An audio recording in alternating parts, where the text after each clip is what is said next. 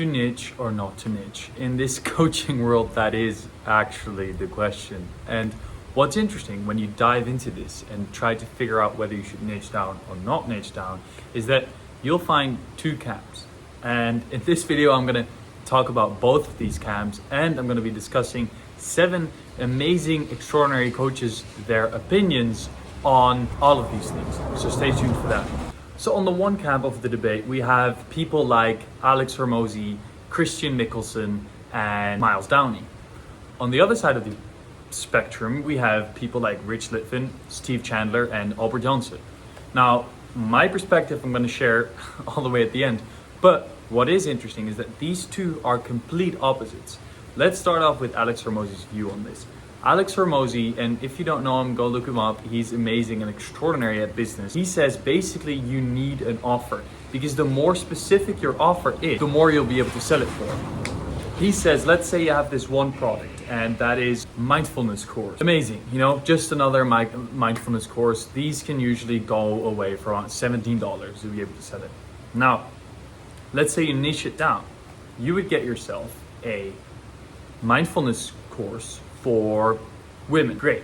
Maybe it's a little bit more specific. Still, it's quite general. So maybe you'll be able to sell this for, let's say, $25. Now, let's say you take it even a step further and you say, all right, I have a mindfulness course, which is for pregnant women. Now, the inside of this mindfulness course may be the same, but because suddenly it's for pregnant women, it must be specific, right? All pregnant women are willing to pay more for that service. Instead of it going away for $25, you can even charge $125 for this. Going even one step further is, purely from the top of my head, let's say you're going to focus on pregnant women who have just gone through a divorce. Completely different niche. Amazing niche, I'd say.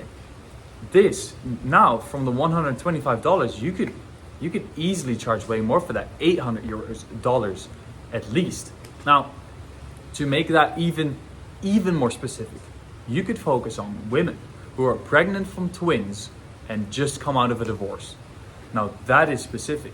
This course, this mindfulness course, is not just any mindfulness course. This is a mindfulness course that is for pregnant women of twins who've just gone through a divorce. Now, if you're a pregnant woman with twins and you've just gone through a divorce and you feel stressed out and you see someone selling a course exactly for you, you'll easily put $2,000, $3,000 on that, because you know it's just for you.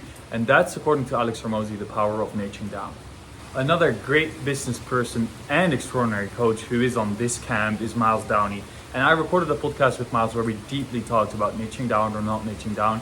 I will link that there below, above. Also, what Myles said is that niching down is basically, he says it's a fabulous idea. It's easier to market yourself. It's easier to sell yourself. It's easier to find people, to get referrals. Basically, he says that the more clear you are on your niche, the easier it is for people to understand what it is that you do. And this whole niching question is mostly a marketing perspective question. And that's what I love about his view on it. He says it's marketing based. And so if you're interested in that, check out the episode and let's dive into the third person. Christian Mickelsen. He's the third person on this list, and I absolutely love his approach. Personally, he got me debating because sneak preview, I used to be on the other team. I used to be on the team of not niching down until I saw Christian Mickelsen's stuff. I was like, this guy, it makes perfect sense what he's saying. What Christian Mickelsen did, I was watching a webinar of his, and during one of his events, he stood on stage and everyone had just had lunch. And basically he asked, who wants food? Raise your hand. And there were like 2 people who'd missed their lunch, and so they raised their hands. Now, he narrowed it down and he said, who wants dessert? Now, more people's hands went up. They were like, oh, yeah, I kind of want dessert. He went even more specific. Who wants chocolate-covered strawberries? Almost everyone rose their hands. And to him, that was the point. Like, you gotta niche down. Telling people that you give them food, that's not specific enough. You gotta find those chocolate-covered strawberries. And I love that approach. Personally, I'm a great fan of that, and I completely agree with him. Then there's the other camp. And now the fourth perspective on this matter is someone from the other side, Rich Litvin. Now, we've now discovered and touched upon the whole to niche down, which is great. Like honestly, I am persuaded by all these arguments. Everything that Alex, Myles, and Christian have said, I'm like, true. But wait, because then there comes Rich, who's like, yeah, but if you're gonna get started with coaching, you don't know who you want to coach. And to figure that out, you gotta coach a ton of people. So just coach everyone and anyone.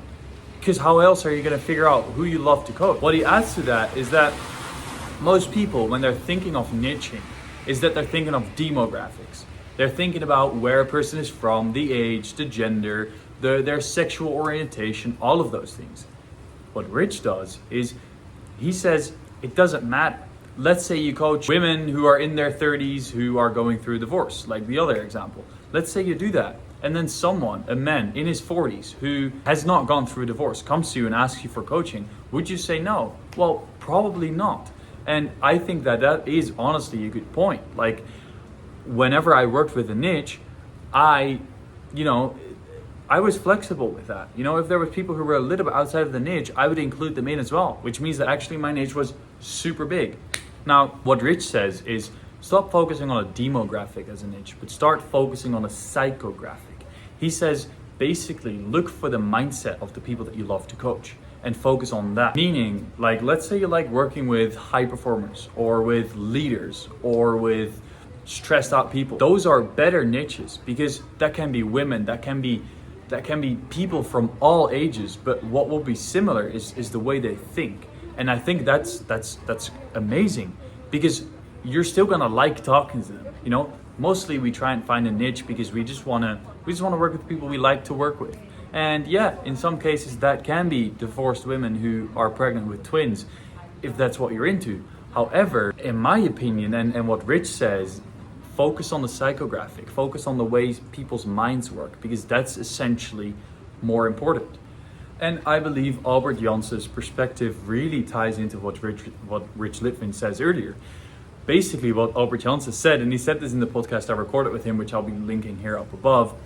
He said, let's say you only coach rodeo clowns. You only work with rodeo clowns. And then you're at the airport and you're talking to someone and you're having an amazing conversation with them. Like you're going deep. You're coaching them. They're like, hey, I want more of this. Like, how can we work together? And then you're like, hold on a second. Are you a rodeo clown? And they're going to be like, no. And then you're just going to be like, oh, no, okay. And then we can't work together? Of course not. That's stupid. And that is, again, basically Rich and Albert are saying the same thing here. I believe that's true. Niching down is dangerous because there are people that you're going to come across who don't fit in that niche, but who would love to get coaching from you. And I see where they're going with that. Now, the person who definitely has the most clear, like straight perspective on this is Steve Chandler. He basically goes all in fury on what coaching certifications teach most coaches. Most starting coaches get taught that they have to find a niche. And what Steve's saying, listen, that's great, but I want clients. I don't want a niche. And what he's seeing in this world of coaching is that there's a lot of coaches who don't have clients, but they have a niche, which is awesome. Basically what he's saying is that there's so many successful coaches out there who don't have a niche. He's like, it's literally what he said, it's counterproductive nonsense to get yourself a niche because you're limiting yourself. And in essence, that is the same as what Rich Litvin and Albert Jansen said. But what Steve adds to that is that stop trying to focus so much on finding that niche. Like a niche and trying to find it is a distraction. Focus on getting clients. Focus just on talking to people. And from there on out, you're going to be able to coach them. Whether they are pregnant women who are just gone through a divorce or not, doesn't matter.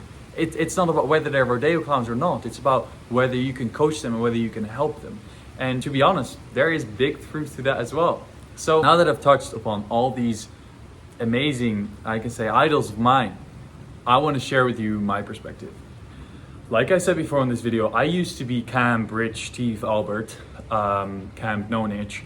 However, then Christian and Alex came on my path, and Myles as well, who were all like niche, like you have to. And personally, I've tried both. Now, I want to share with you a story that really changed my view on things. Last year, bit over last year, I wasn't working with any clients. Like I worked with clients, all of them ended at the same period, and so I had to find new clients. And at that moment, for a few weeks, I didn't have any clients. So what I did was, all right, I'm just, I just went through this breathwork certification process, and I was like, I want to use my breathwork in my coaching. I am going to focus on a niche. I'm going to help people sleep better. Like I was going to be a sleep coach for people who didn't have good sleep. Now, it wasn't that niche down, it was just about sleep, which to me, a generalist coach, was quite niche down. Like I was gonna help people sleep better. And if that's not what someone wanted, I didn't want them as their client, or so I thought. Because what happened was I started to post content about sleeping better. I started to put myself out there as a sleep coach and breathwork coach and all of that.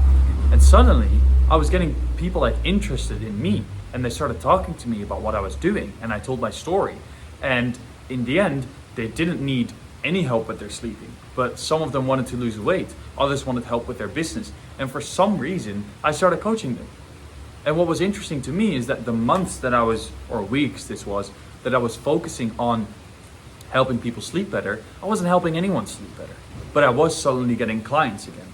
And to me, this whole niching thing worked as a motivation so that I was posting every day, so that I was enthusiastic about me being a coach. It just helped me, it lit that fire, and that to me was that power of niching. Lately, what I've been doing is combining this stuff. In my opinion, you should niche down, just so that when someone asks you, what do you do? You're not like, I'm a coach. Because I have those conversations and people look at me like, what do you do exactly? And then you're like, I talk to people like I blah, blah, blah, blah, blah, blah, and they already zoned out, Right now, I can say, all right, I help people who've been successful in entrepreneurship or in business transition into coaching so they can finally feel free.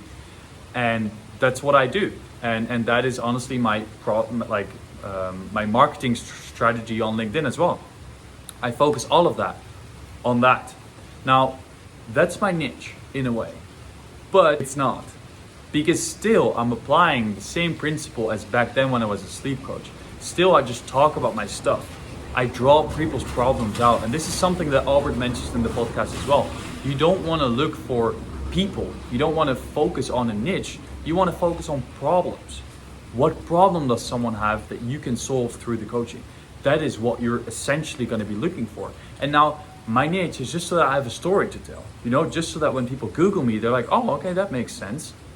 But then when people really get to know me, they're like, oh, but you can also help me with sleep, and you can also help me with this and that and that. That's amazing, I need that. But people will only figure that out through conversing with me. And they'll only stay interested in the conversation if I have a niche. And I know that that's just a story I'm telling myself, but for now that works.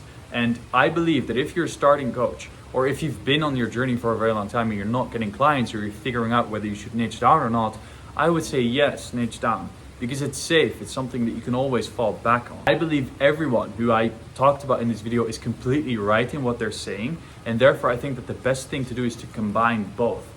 I don't think that like Steve Chandler and Rich Litvin, they both said that you're limiting yourself when you're niching down. And I think that in essence on social media, when you're niching, that might be the case, but in real life, it's not. Because every time that I told someone that I help people to finally feel free, they're like, oh, how did you get into that? Which leads me to talk about my spirituality, my breath work, everything that has to do with that, my travels, and I've coached people on traveling more. I have coached people on sleeping in the end, but it is about that story. It's about being able to tell stuff, get yourself going. So, like I said, get yourself a niche, but don't be too attached to it, and just have fun with this stuff.